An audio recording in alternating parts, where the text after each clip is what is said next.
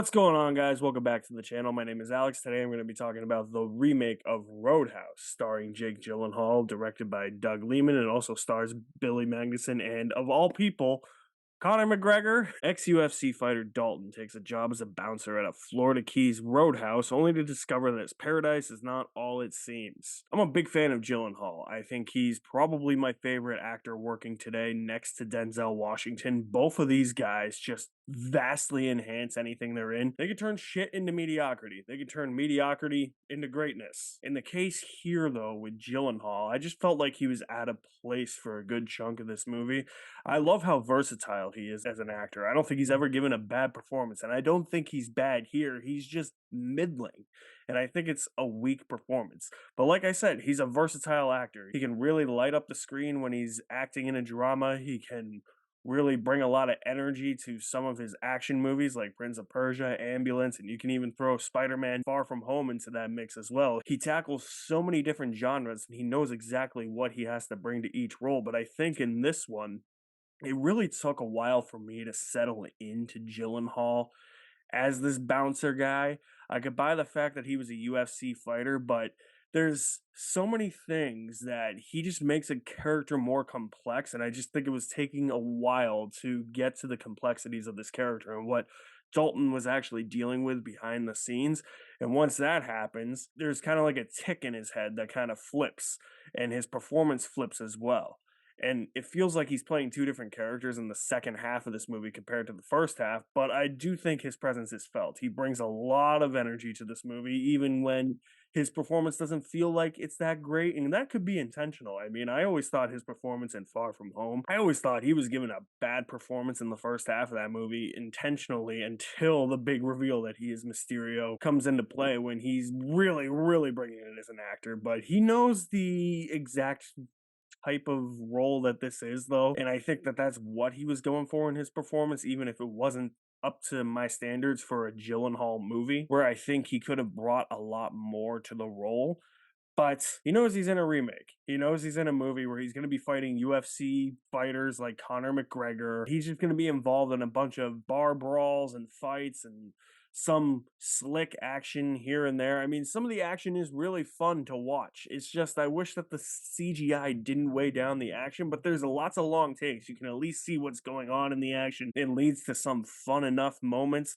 I really liked the dynamic that his character had with this little girl named Charlie. When he first gets into the small town that this roadhouse is located in, the bond that they form, I thought was actually a big heart of the movie, and I love that that came back around at the end. Billy Magnuson, he just oozes villain. You just look at the guy and you're like, yep, you're a gigantic douchebag. I mean, it was obvious he was going to be a bad guy in a Bond movie, because he was. He's taking Logan Ash and further evolving him into this character who's just this rich billionaire douchebag. And he's just got the right look. He's got the right personality. He's got the right quips for it. And that's one thing. I think the quips in this movie are actually really fun. Like when Gyllenhaal starts serving the quips in the second half of the movie and you see what's making him tick, Gyllenhaal has this intimidating presence to him in the movie where he can get away with saying cheesy one-liners like an 80s or 90s action star would in a 80s or 90s action movie, and then just be intimidating and be like, oh shit, I don't want to cross that guy the next minute. And that happens several times. There's this one goon in the movie who's hilarious as hell. He's so intimidated, and he's one of my favorite parts of the movie because he's like, all right, hold on, man, just stop. I'm like, I'll tell you where they're going. Like, just don't hurt me any further, all right? That was the type of cheese that I wish that the movie leaned into more. And when it leans into that type of stuff, especially in the last 20 minutes or so, I think that that's where the movie's at its best. That's where it has a lot of the Doug Liman kinetic energy, the action scenes, which are all helmed brilliantly, even though they are overbloated, or I shouldn't even say overbloated. They're just really CGI'd. There was one part of one action scene where people were just like still, and then all of a sudden they were moving as stiff as a robot. That needed to be cleaned up in post-production. With Roadhouse, it's always worth bearing the question as to whether or not a remake should be made. A remake should only be made if you can improve upon the original, which this really doesn't, I don't think, but it's a solid enough foray. I think Gyllenhaal was solid, even though it is his weakest performance that I've seen. He gives enough. and I think that that was enough for me. This movie just had enough. You know, it had enough to keep you engaged. It had enough to keep you there for the ride. It's not like it was this unwatchable thing that I think many people are going to deem it to be.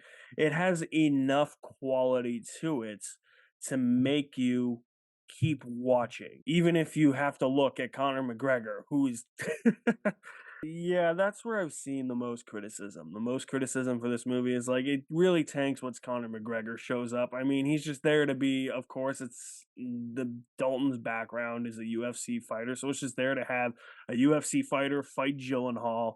That's really what this is. It does feel like an ego trip for Conor McGregor. Hey, mate, I want to be in the movie. I should UFC one. Yeah, put me in there. He's not horrible. Out of all these fighters turned actors, he's better than Dwayne Johnson. And another thing too, this movie must have been sponsored by Blue Moon because there's a blue moon in almost every scene in this movie. Now I want a blue moon. I enjoyed Roadhouse with half a bucket of popcorn. So if you guys have seen the remake to Roadhouse, let me know what you think of it in the comment section below. I'll leave my link to my website in the description below as well. You guys are the best. Thank you for watching. My name is Alex Madden, and I will see you at the movies somewhere.